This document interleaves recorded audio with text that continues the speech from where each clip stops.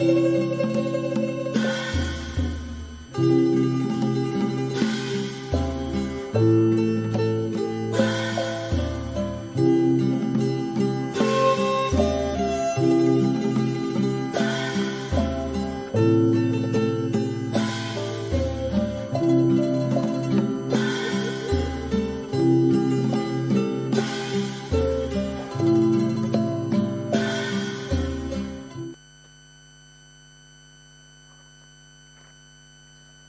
าวกับผมกราบถวายความเคารพในเมตตาธรรมของพระเดชคุณหลวงพ่อ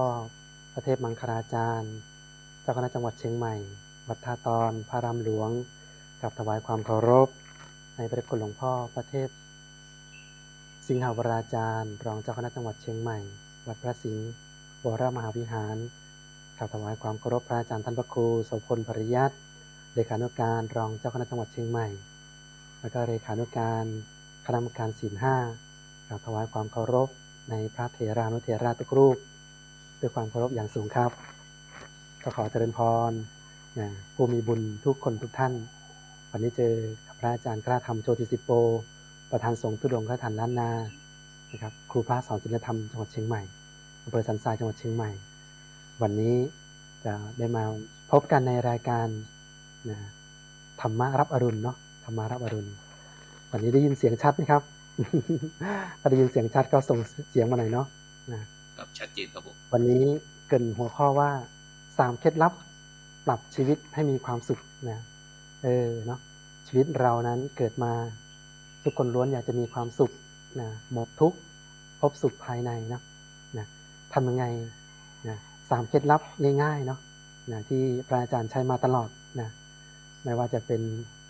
ธรรมะของพระสัมพุทธเจ้าก็ดีแต่ว่าเราควรนำธรรมะของพระสัมมาสัมพุทธเจ้านั้นมาปรับใช้ในชีวิตประจำวันเราเนาะ3เคล็ดลับปรับชีวิตให้มีความสุขคือ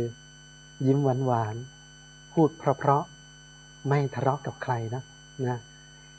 เนาะในใครเคยส่งรอยยิ้มนะคำว่ารอยยิ้มพิมพ์ใจประทับใจตลอดกาลนะรอยยิ้มของเราเนาะไม่ได้ต้องไปซื้อไปหานะครับนะบางคนบอกว่าหน้าตาดีแต่งตัวดีนะเขียนคิ้วทาปากใส่สูทผูกไทนะเขาว่าแต่งตัวดีแล้วแต่รู้ไหมว่าขาดอย่างหนึ่งคือขาดอะไรรู้ไหมรอยยิ้มบนใบหน้าเนาะใครก็ตามแต่งตัวดีต่างๆแต่ว่าขาดรอยยิ้มบนใบหน้าแล้วก็แต่งตัวยังไม่เสร็จเนาะถ้าใครก็ตามนะยิ้มออกมาจากหัวใจยิ้มง่ายทักทายก่อนบุคคลนั้นนะมีความสุขแล้วยิ้มให้ใครก่อน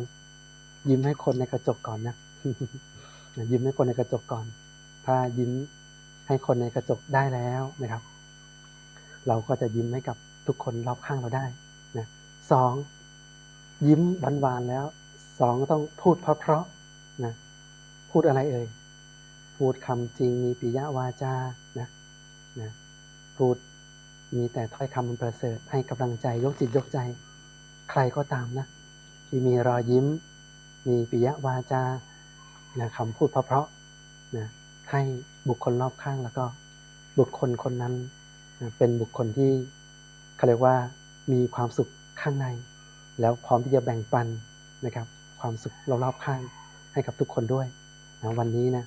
อาจารย์กล้าทำเองก็ปลื้มใจเนาะปลื้มใจดีใจประทับใจทุกครั้งที่ได้มาจัดรายการธรรมะรับอรุณในวันนี้3เคล็ดลับปรับชีวิตให้มีความสุขยิ้มหวานๆพูดเพราะๆไม่ทะเลาะกับใครนะข้อที่3คือไม่ทะเลาะกับใคร ไม่ทะเลาะกับใครคือพูดง่ายว่าไปที่ไหนก็นะผูกมิตรไว้ได้หมดนะผูกมิตรไว้ได้หมดนะเป็นบุคคลที่ว่าง่ายอยู่ง่ายกินง่ายนะครับอยู่ง่ายกินง่ายพร้อมที่จะช่วยเหลือเกื้อกูลกันนะถามว่าในพระพุทธศาสนาของเรานั้นพระสัมมาสัมพุทธเจ้าพระองค์ได้ตรัสสอนนะให้พุทธบริษัท4ว่าใครก็ตามนะอยากจะมีสิ่งที่ผูกมัดใจหรือว่าเป็นที่รักของบุคคลทั้งหลายและมนุษย์และเทวดาเนาะพระสัมมาสัมพุทธเจ้าพระองค์ตรัสว่ายาทิสังวะปะเตพีชังตาทิสังวะพะเตพรังกัลยาณี กัลยาณการีกัลยาณังปาปการีจะปาปกังบุคคลหว่านพืชเช่นใดย่อมได้ผลเช่นนั้นผู้ทำกรรมดีย่อมได้ผลดีผู้ทำกรรมชั่วย่อมได้ผลชั่วแสดงว่าอะไรบุคคลพูดง่ายว่าทำดีได้ดีทำชั่วได้ชั่วนะปลูกนะมะละกอย่อมได้มะละกอนะปลูกถั่วย่อมได้ถั่วนะปลูกพืชเช่นใดย่อมได้พืชเช่นนั้นได้ผลเช่นนั้นนะในทางพระพุทธศาสนาก็มีคุณธรรมอยู่4ประการเนาะที่สามารถยึดเหนี่ยวจิตใจบุคคลเอาไว้ได้พูดง่ายว่าใครก็ตามที่อยากจะเป็นที่รักนะของผู้คนทางมนุษย์ทั้งหลายนะต้องมีคุณธรรม4ประการนะมีอะไรบ้างเขาเรียกว่าทานปิยวาจาอัตถจริยาสมานัตตาโอ้โหเขาเรียกว่าสังฆะวัตถุสี่นะใครนะเคยได้ยินได้ฟังนะหลวงปู่หลวงพ่อหลวงตาหรือพระอาจารย์รูปไหนเทศสอนนะว่าโอ้ใครอยากจะเป็นที่รักของผู้คนทั้งหลายนะคุณธรรม4ข้อนี้สังฆะวัตถุสี่นะนี่สำคัญมากนะเป็นเครื่องยึดเหนี่ยวจิตใจนะของบุคคลทั้งหลายนะให้เป็นที่รักนั่นเองนะถามว่าทานคืออะไรนะทานคืออะไรทานคือการให้การแบ่งปันนะแบ่งปันสิ่งของแก่ผู้อื่นที่สมควรให้นะไม่ว่าจะเป็นให้ของจะง่ายหน่อยอย่าให้ของนะบางคนก็เรารู้ว่าเพื่อนของเราลูกของเราสามีของเราครอบครัวเราอย่างเช่นเมนูชอบเมนูอะไรสามีเราชอบเมนูอะไรฉะนั้นลูกเราชอบเมนูอะไรให้ของที่ชอบจะให้ของชอบใจย่อมได้ของชอบใจพูดของเลิศอันนี้ของเลิศพูดของประเสริฐย่อมเข้าถึงพระนามประเสริฐนะเป็นไงว่าให้ของจะเร็วหน่อยผูกใจได้เร็วหน่อยนะให้ธรรมะเป็นทานให้วิทยาทานนะเป็นคุณครูนะครูให้วิทยาทานพระอาจารย์ให้ธรรมะเป็นทานนะธรรมะเป็นทานเป็นรายการธรรมารับอรุณของพวกเราเนี่ยนะจะมีพระมหาเถระพระเถรานุเถระทุกรูปได้มาแสดงธรรมสนทนาธรรมะแบบสบายๆนะแบบสบายๆง่ายๆแบบนี้นะครับให้กับผู้มีบุญทุกคนก็ฝากกดไลค์กดแชร์เนาะไปทางช่องทางต่างๆนะว่าตื่นเช้ามาเราได้ฟังธรรมปฏิบัติธรรมแล้วก็เป็นบุญกุศลแล้วนะครับนะคุณธรรม4ประการเนาะที่ผูกใจทำให้เรามีที่รักของคนก็คือทานนะที่การให้สิ่งของจะเร็วหน่อยให้นะวิทยาทานให้ธรรมทานแล้วก็ให้อภัยทานนะในการให้อภัยทานอโหสิกรรมนะในสิ่งที่ผิดพลาดล่วงเกินเราโดยกายก็ดีวาจาก็ดีใจก็ดีก็เป็นเขาเรียกว่ามีความสบายใจทั้งสองฝ่ายนะทุกคนก็มีความสุขไม่ได้ไปสร้างความเดือดร้อนให้กับใครเนาะทานนี่สำคัญนะผู้ให้ทานนี้ส่วนใหญ่จะเป็นอะไรครับนะเป็นที่รักด้วยพบชาติต่อไปคำว่าอดว่าอย่างว่ายากว่าจนไม่เกิดขึ้นกับเราเลยนะทุกภพทุกชาติคนที่ให้ทานนี่นะ2ปิยวาจานะพูดจาแล้วก็เจรจากับใครแล้ววาจาสุภาพอ่อนหวานคำพูดเราต้องจริงต้องตรงต้องแท้นะครับต้องจริงต้องตรงต้องแท้นะสาธุคุณเอกนะฝากกดไลค์กดแชร์ด้วยนะครับนะผู้มีบุญเนาะวาจาของเรานะถ้าเราพูดดีก็เป็นสีแก่ปากใช่ไหมถ้าพูดมากแล้วก็อาจจะปากเราอาจจะเป็นสีก็ได้ใช่ไหมวาจาจึงสำคัญนะให้กำลังใจตนเองให้กำลังใจผู้อื่นโดยเฉพาะรายการธรรมารับอรุณของพวกเรานี้นะก็มานะให้กำลังใจนะพระภิกษุสงฆ์น้องสามเณรทุกวัดทุกวาในจังหวัดเชียงใหม่ของพวกเราเนาะนะมีคณะทีมงานของพวกเรานะพระนักสื่อสารนะครับนะทีมงานของพวกเราก็ได้ทำรายการนี้เกิดขึ้น สาธุนะครับคุณสุวรรณนะครับนะใครทักทายมาถ้าพระอาจารย์ไม่ได้ทักทายใครก็ต้องขออภัยด้วยนะครับ อาจจะไม่ได้ทักได้หมดทุกคนเนาะนะวันนี้นะ3เคล็ดลับนะปรับชีวิตให้มีความสุขยิ้มหวานๆพูดเพราะๆไม่ทะเลาะกับใครนะครับมี3เคล็ดลับนี้แล้วก็ชีวิตมีความสุขแน่นอนแล้วก็มีธรรมะของสมมาพุทธเจ้าคือสังฆาวัตถุ4นะทานปิยวาจาอัตถจริยาแล้วก็สมานัตตานะ านนี่คือการให้ที่พระอาจารย์บอกไปแล้วผลให้และเป็นที่รักแน่นอนทุกภพทุกชาติจะเป็นเศรษฐีมหาเศรษฐีเลยทีเดียวนะปิยวาจานะคือวาจาของเรานั้นต้องจริงนะเป็นประโยชน์พึงใจผู้ฟังไม่พูดกระทบตนเองแล้วก็ผู้อื่นนะคุณยายอาจารย์มหารัตนอุบาสิกาจันทร์คนนกยุงนะผู้ให้กำเนิดวัดพระธรรมกายแม่ชีอ่านหนังสือไม่ได้เขียนหนังสือไม่ออกนะอ่านไม่ออกเขียนไม่ได้เนี่ยแต่คุณยายเห็นใจคนรู้ใจคนนะครับยายบอกว่าเวลาพูดนะเวลาคำพูดของเราเนี่ยพูดแล้วต้องได้กำไรพูดแล้วอย่าขาดทุนนะคำพูดของเราพูดแล้วต้องได้กำไรนะพูดแล้วขาดทุนอย่าพูดนะพูดแล้วได้กำไรคืออะไรพูดแล้วมีปิยวาจามัทธรสวาจาเนาะนะเป็นคำพูดที่จริงตรงแท้นะไม่พูดปดไม่พูดส่อเสียดพูดเพ้อเจ้อพูดคำหยาบอะไรเป็นต้นนะครับถ้าพูดขาดทุนล่ะโอ้โหคำพูดของเราหักกร่อนน้ำใจ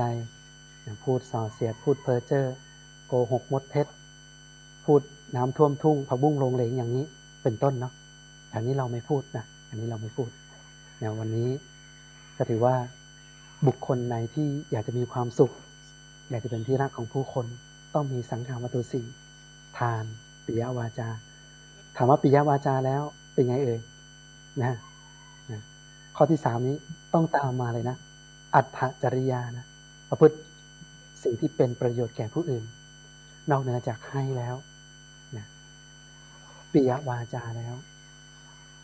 ทำตัวเรานั้นเกิดบุญเกิดกุศลเกิดประโยชน์กับองค์กรเกิดประโยชน์กับครอบครัวเกิดประโยชน์ต่อชุมชน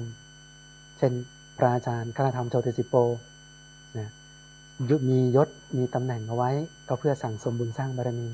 เป็นประธานที่ภาคสงฆ์ธุดงคฐานล้านนาเป็นครูพระสอนศีลธรรมโรงเรียนบ้านเจดีย์แม่ครัวเป็นพระวิปัสสนาจารย์รุ่นที่10ถามว่ายศตำแหน่งที่มีเราก็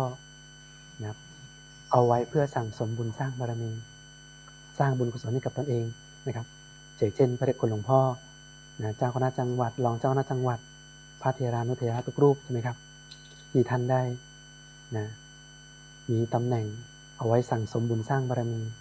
ท่านก็มีทีมมีบริวารมีทรัพย์มีทุกสิ่งทุกอย่างโดยเฉพาะนะสร้างวัดให้กับ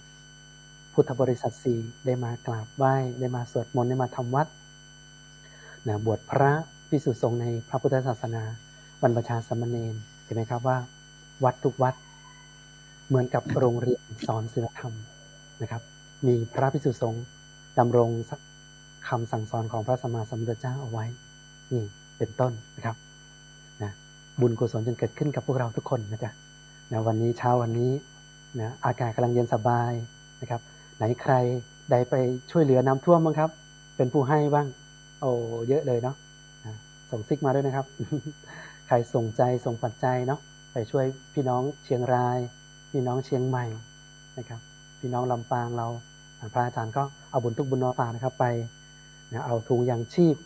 ไปช่วยเหลือพี่น้องเชียงรายนะ1,000 ชุดแล้วก็เอา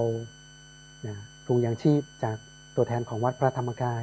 ไปช่วยจังหวัดเชียงใหม่ลำปางอีก 1,000 ชุดนะครับพร้อมกับถุงยางชีพทั้งหมดทั้งมวลก็เอาบุญมาฝากทุกคนทุกท่านด้วยนะครับสาธุนะวันนี้ก็เป็นปลื้มใจเนาะนะสิ่งที่เรามายึดเหนี่ยวจิตใจของเราทำให้เราเป็นที่รักเห็นไหมครับนะเพื่อนมนุษย์ที่ประสบความทุกข์เราก็ช่วยเหลือเกื้อกูลกันนะครับทำให้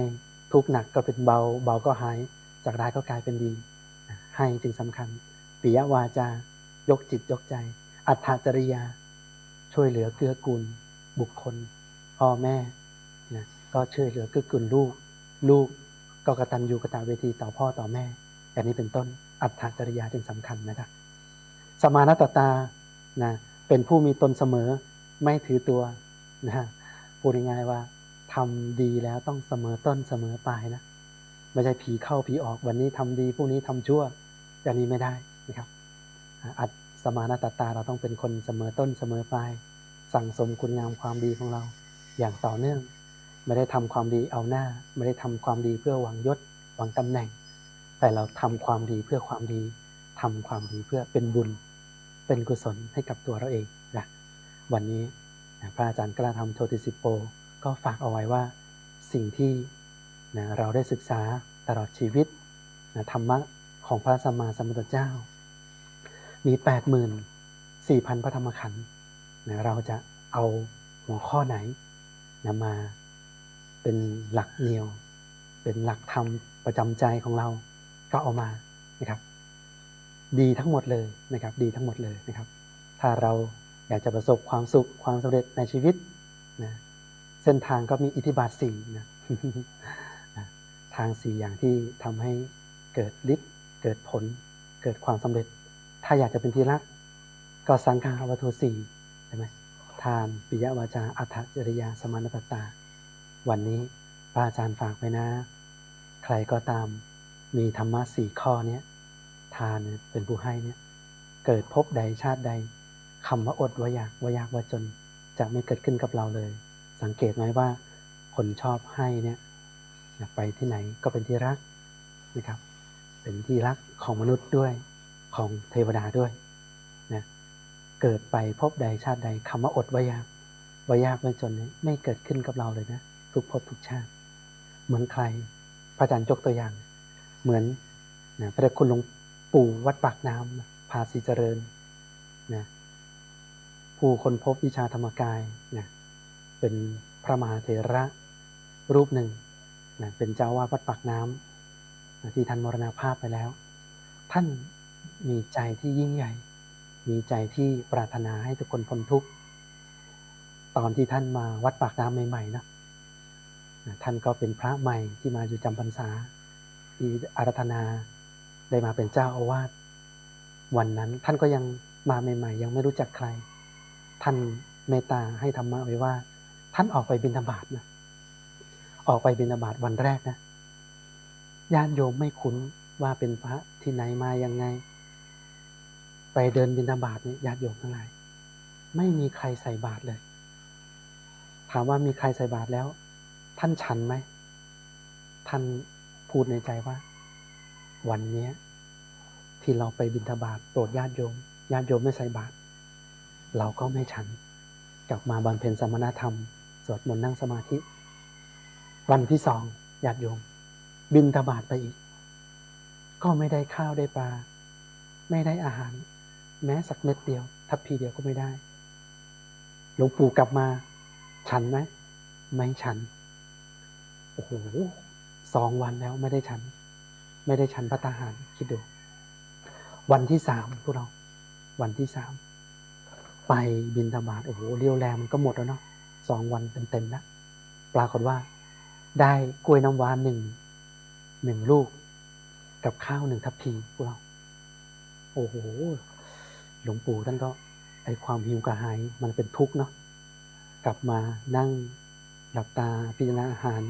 กะว่าจะขบฉันแล้วกะว่าจะคำแรกแล้วนะมองไป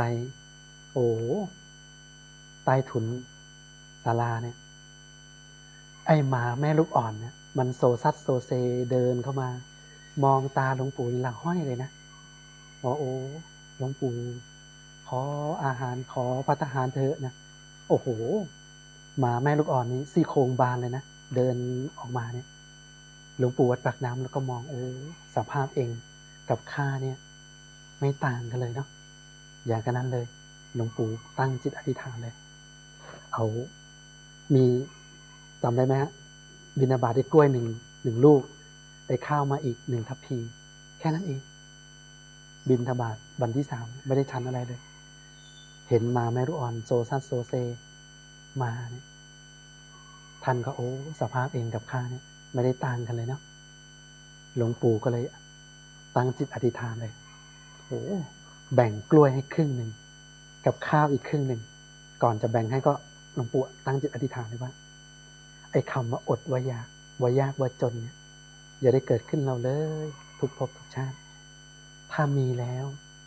จะตั้งโรงทานเลี้ยงพระเลี้ยงเนรวัดปากน้ำเนี่ยไม่ให้อดให้ยากจนตลอดชีวิตของท่านแล้วก็หลวงปู่ก็อธิษฐานจิตโยนกล้วยกับข้าวนะ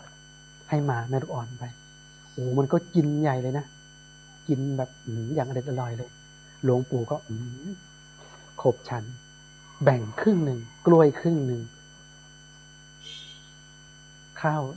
ทัพพีหนึ่งแบ่งกันคนละครึ่งกับสุนัขแม่ลูกอ่อนหิวโซเชื่อไหมครับญาติโยมกับมิตรทุกคนทุกท่านในที่นี้หลังจากวันนั้นแล้วก็พระเดชคุณหลวงปู่พระมงคลเทพมุนีสดจันทสโรพระผู้ปราบมารภัตตาหารนี่ล้นบาทแล้วล้นบาทอีกนะพวกเราจนหลวงปู่ตั้งมโนปณิธานเปิดโรงทานนะมีญาติโยมมาถวายนะข้าวปลาอาหารไม่ได้ขาดเลยวัดปากน้ำจึงในสมัยนั้น400-500 รูปในสมัยสงครามโลกครั้งที่ 2ในครั้งนั้นหลังจากนั้นหลวงปู่ก็เลี้ยงลูกพระลูกเนนตลอดระยะเวลาของท่านเรื่อยมานะครับแล้วก็อีก5 ปีหลวงปู่จะมรณภาพท่านบอกว่าอีก5 ปีหลวงปู่จะมรณภาพนะกิจการงานใดๆที่ทำอยู่ก็ให้ทำต่อไปนะศพหลวงปู่อย่าเผานะคนตายจะเลี้ยงคนเป็นเนี่ยญาติโยมตลอดระยะเวลาที่หลวงปู่100 กว่าปีที่หลวงปู่มรณภาพผ่านไปวัดปากน้ำภาษีเจริญของเรา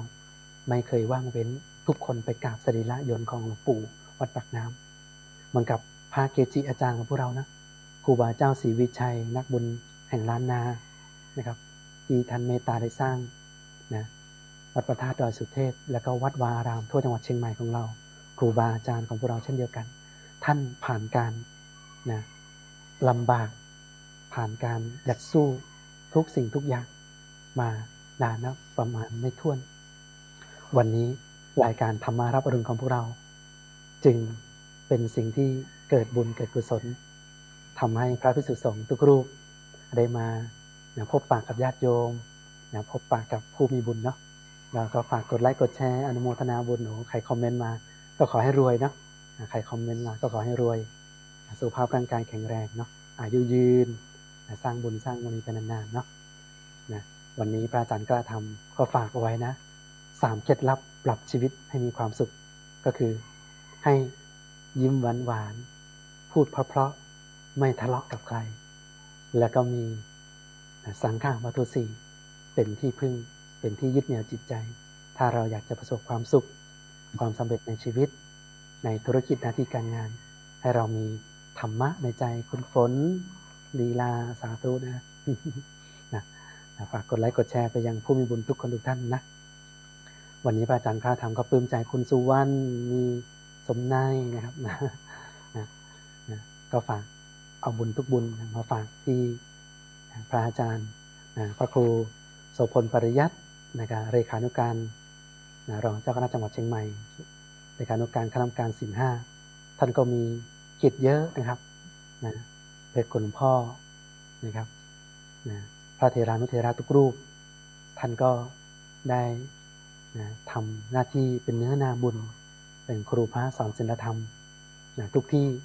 นะครับที่ท่านได้ไปทำหน้าที่นำแสงสว่างคือธรรมะของพระสัมมาสัมพุทธเจ้าออกไปยังใจเยาวชนทั้งหลายพระอาจารย์เชื่อมั่นว่ารายการธรรมารับอรุณของเรานั้นอยากให้มีต่อไป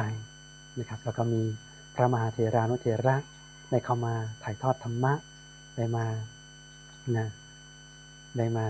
เอาธรรมะง่ายๆในพระไตรปิฎกเอามาชี้แจงแถลงไขเอามาให้ผู้มีบุญได้หลักในการดำเนินชีวิตนะครับบุญกุศลจากการฟังธรรมก็จะทำให้เรารู้แจ้งแทงตลอดทำใดที่เรารู้แล้วก็จะรู้แจ้งยิ่งขึ้นไปทำใดที่เรายังไม่ทราบยังไม่รู้ก็จะนะครับมีความรู้ยิ่งขึ้นไปนะวันนี้พระอาจารย์กล้าทำก็มีความสุขนะครับปลื้มใจปีติทุกครั้งที่ได้มา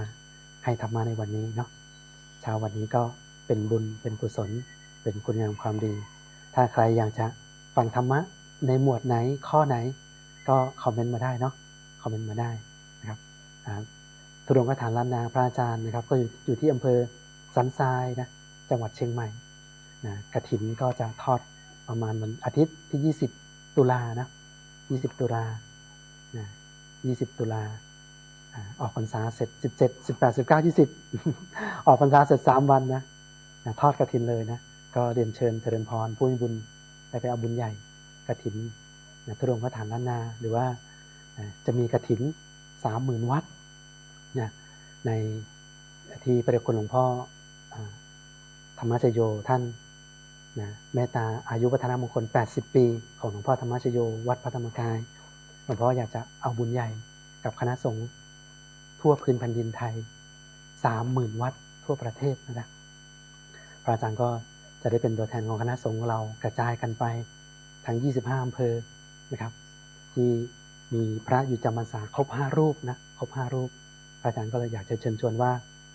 พระอาจารย์รูปไหนญาติโยมท่านใดปีหน้าถ้าปีนี้ไม่ทันปีหน้าเราเอาใหม่เราจะชักชวนชายแมนออกบวชนะให้มีนะพระภิกษุสงฆ์ครบ5 รูปในแต่ละวัดเนาะในแต่ละวัดพระอาจารย์ก็เสนอชื่อกับมาทางพระอาจารย์กล้าทำมาได้เลยนะก็จะได้เสนอให้กับคณะกรรมการได้พิจารณาได้เป็นถวายกฐินอย่างน้อยก็เป็นกฐินสมทบนะเป็นขวัญและกำลังใจให้กับพระภิกษุสงฆ์ที่ท่านอยากสู้ฟื้นฟูพระพุทธศาสนาท่านอาจจะโบสถ์สร้างไม่เสร็จวิหารสร้างไม่เสร็จกำแพงสร้างไม่เสร็จอาจจะเป็นส่วนหนึ่งนะครับที่หลวงพ่อหลวงพี่ทุกรูปมีเจ้าภาพหลักอยู่แล้วพวกพระอาจารย์ก็จะไปเสริมไปสมทบอย่างนี้เป็นต้นครับเอาละวันนี้รายการธรรมารับอรุณพระอาจารย์กล้าธรรมต้องขออนุโมทนาในความเมตตาธรรมของพระคุณหลวงพ่อพระเทพมังคลาจารย์เจ้าคณะจังหวัดเชียงใหม่หลวงพ่อพระเทพสิงหาวราจารย์รองเจ้าคณะจังหวัดเชียงใหม่ทุกรูปนะครับพระอาจารย์พระครูโสพลปริยัติเลขานุการรองเจ้าคณะจังหวัดเชียงใหม่พระเถรานุเถระทุกรูปญาติโยมทุกคนทุกท่านก็ขอความเจริญรุ่งเรืองในธรรมจงมีแก่ญาติโยมผู้มีบุญให้แข็งแรงร่ำรวยใจใสเข้าถึงธรรมให้มี3 เคล็ดลับนี้ยิ้มหวานพูดเพราะๆไม่ทะเลาะกับใครและมีสังฆาวัตถุสีเป็นเครื่องเหนี่ยวใจเป็นเครื่องยึดเหนี่ยวจิตใจผู้อื่นให้เราเป็นที่รักและเป็นที่เคารพของมนุษย์เทวดาทั้งหลายเจริญพรมาณโอกาสอีกครั้งหนึ่งนะครับเจริญพร